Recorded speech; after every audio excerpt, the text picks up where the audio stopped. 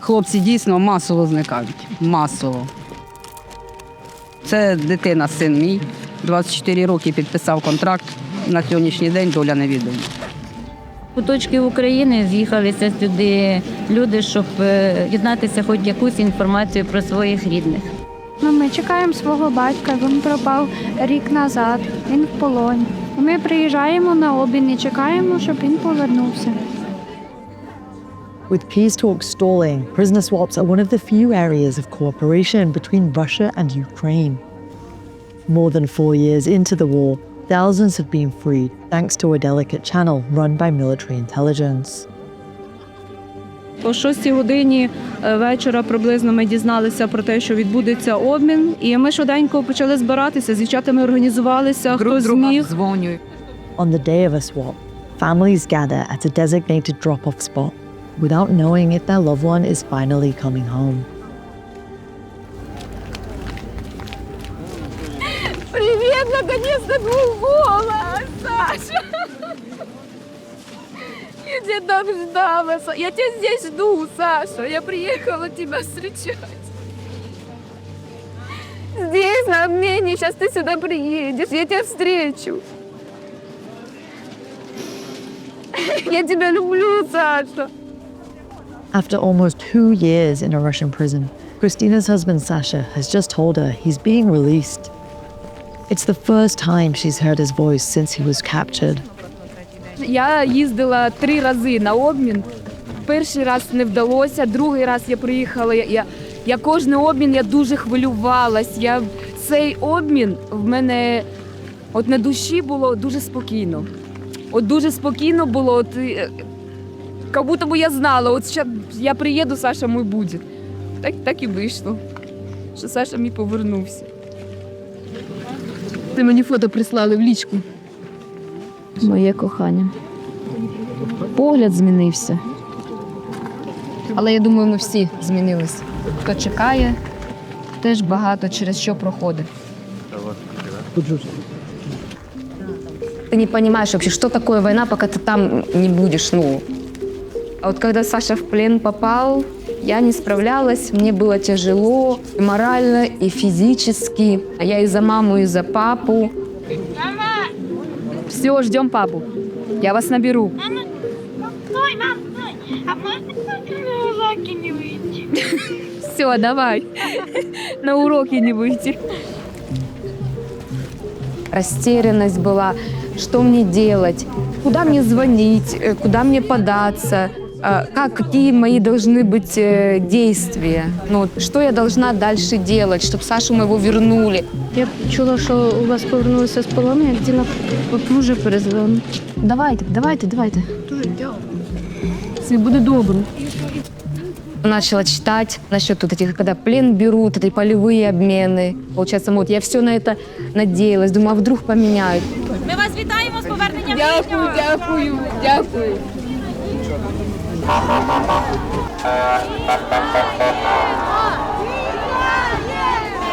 Іди, Юля, кличе, давай.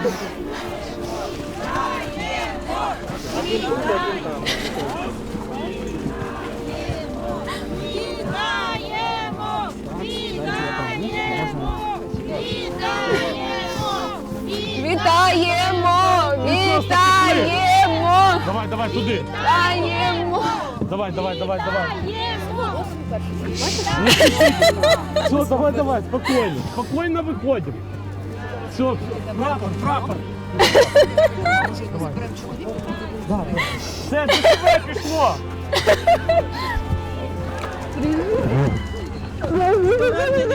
Дякую. Нормально. Все нормально, я дома. Все хорошо. Я тебя люблю. Слава Украине! Героям слава!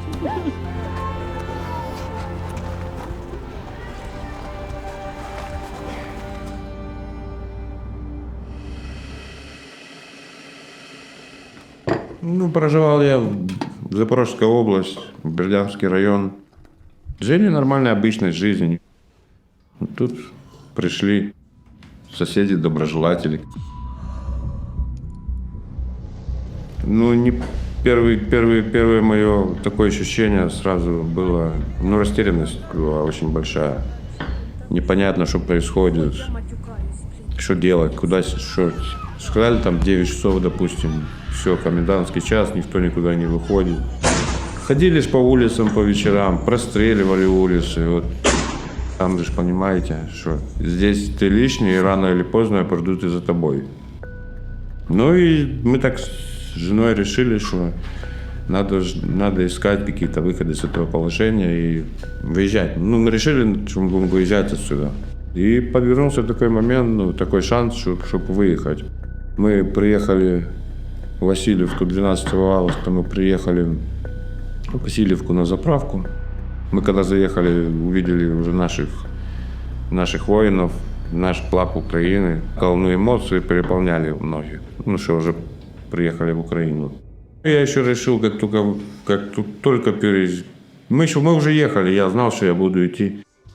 Как бы решение, он уже принял его, что он пойдет на войну.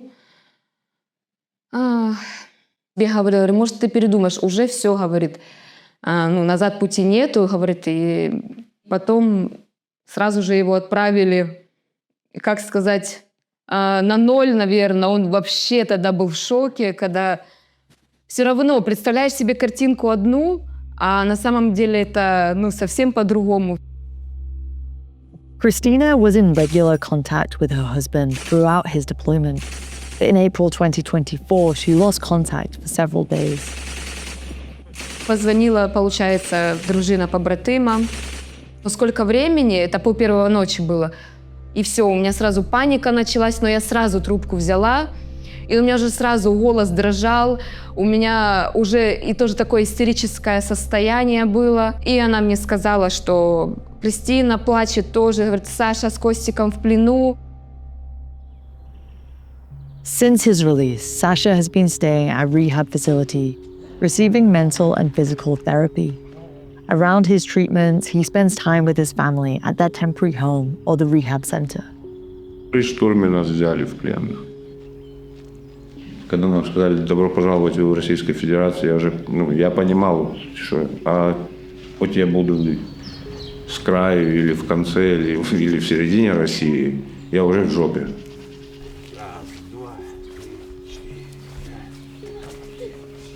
Я сидел в разных камерах. Было и 10 человек, было и 4, было и 2. Ну, как в вольере, как собака, что там.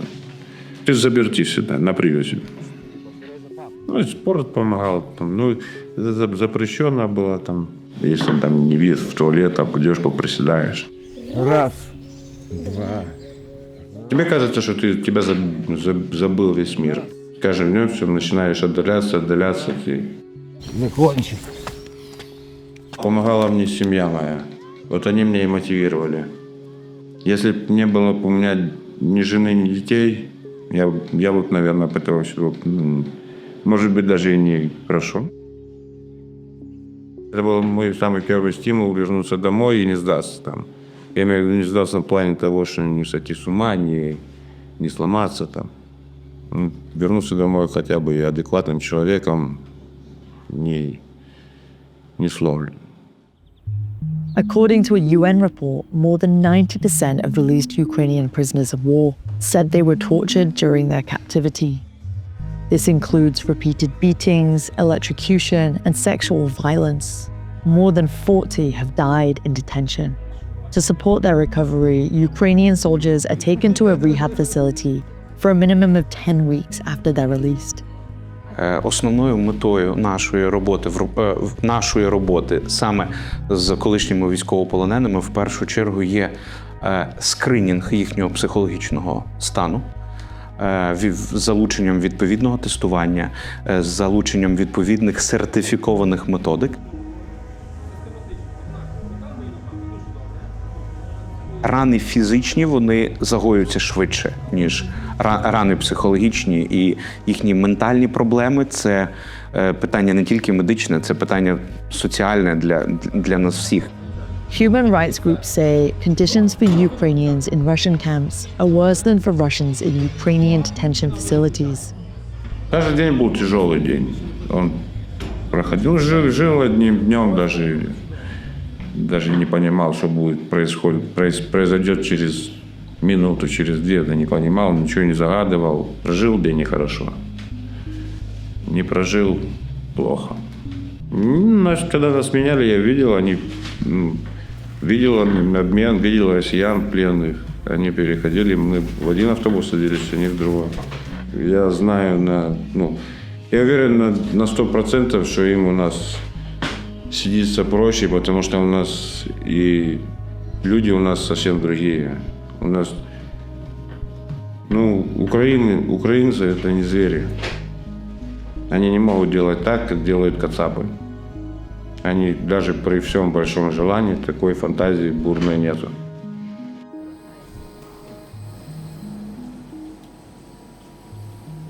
Как с ними поступать? Мы к ним не приходили, они к нам пришли. Они убивают наших детей, разрушают наши города. Что мы им плохого делали? Ничего.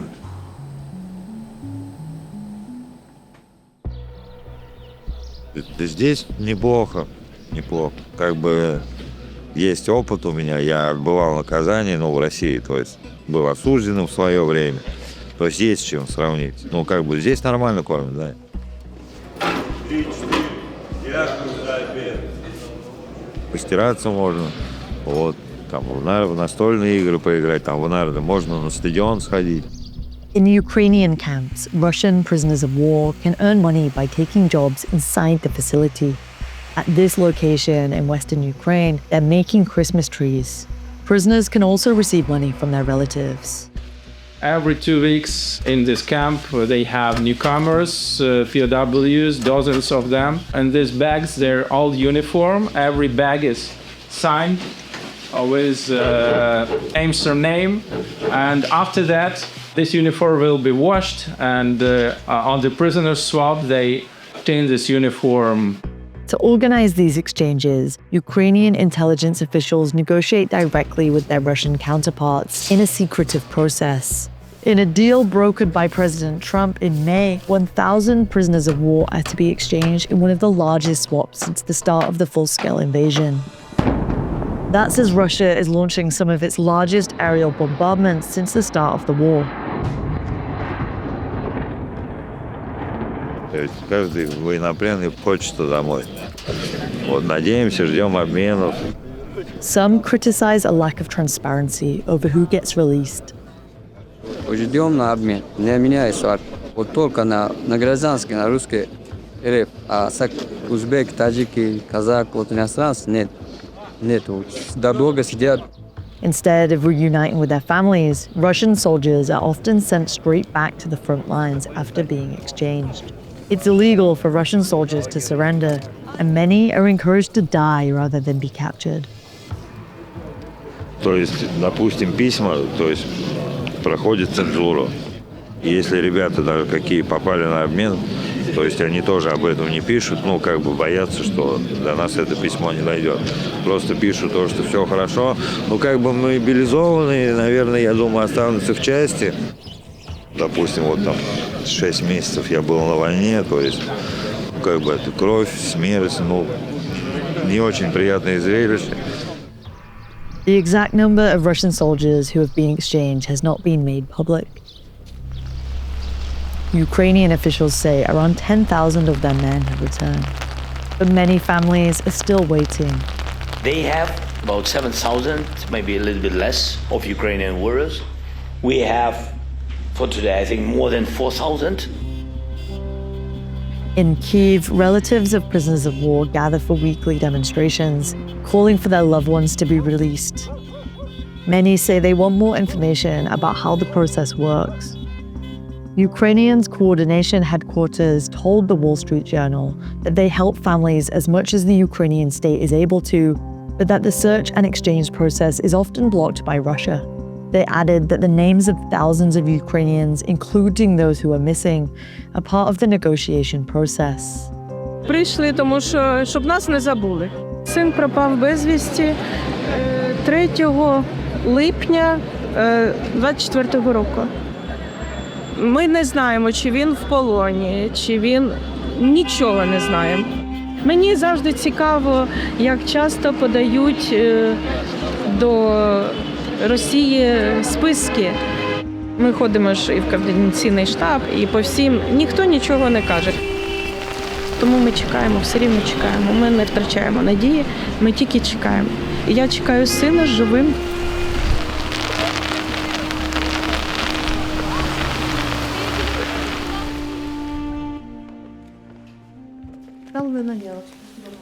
Ты хорошо покушала. А Саша? Ну, давай потом будешь папе рассказывать, что ты ел. Наелись? Да. Все, давайте, собирайтесь. After returning to Ukraine, former prisoners of war face a new challenge: how to adapt to life back home. Алло, пап, мы уже оделись, сейчас будем выезжать к тебе. Хотя я и читала про полон, и в основном читала статьи, как нужно, когда возвращается, как нужно мне себя вести, как мне нужно поддерживать его это. А тут же, и я когда сейчас свое, а когда вернулся, это совсем по-другому. Во-первых, у каждому человеку это все индивидуально. Я старалась насчет плена, я старалась вообще у него ничего спрашивать. Вниз? Да, в комнату пойдем. Ну, давай, мы поднимаемся тогда. Давай. Я ждала, пока он мне сам расскажет. Захочет рассказать. Мы тебе сырников нажарили. И бананы. За еду, думаю, начну с этого. Как кормили тебя? У меня, наверное, больше всего не хотела расстраивать. Он, Христина, как?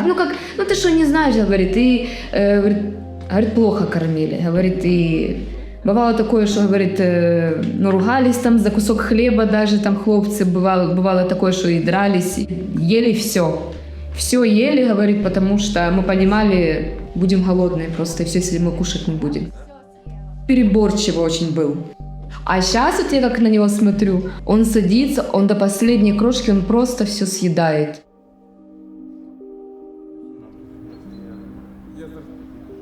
Якщо сім'я приймає хлопця, який повернувся з полону, таким, який він є, а дуже важливо, не таким, яким він був колись, то все потихеньку налагоджується. Дуже цікавий перебіг їхнього психологічного стану тим, що він постійно варіюється. Тобто він може розпочинатися від якогось забуття в перших декілька днів. Ці пацієнти не знають, де вони знаходяться, що з ними робиться, тому що в них все змінюється. Потім в них може бути ейфорія і піднесений чудовий настрій. І знову ж таки за декілька днів може бути такий глибокий провал, і знову ж таки, який потребує там медикаментозної терапії.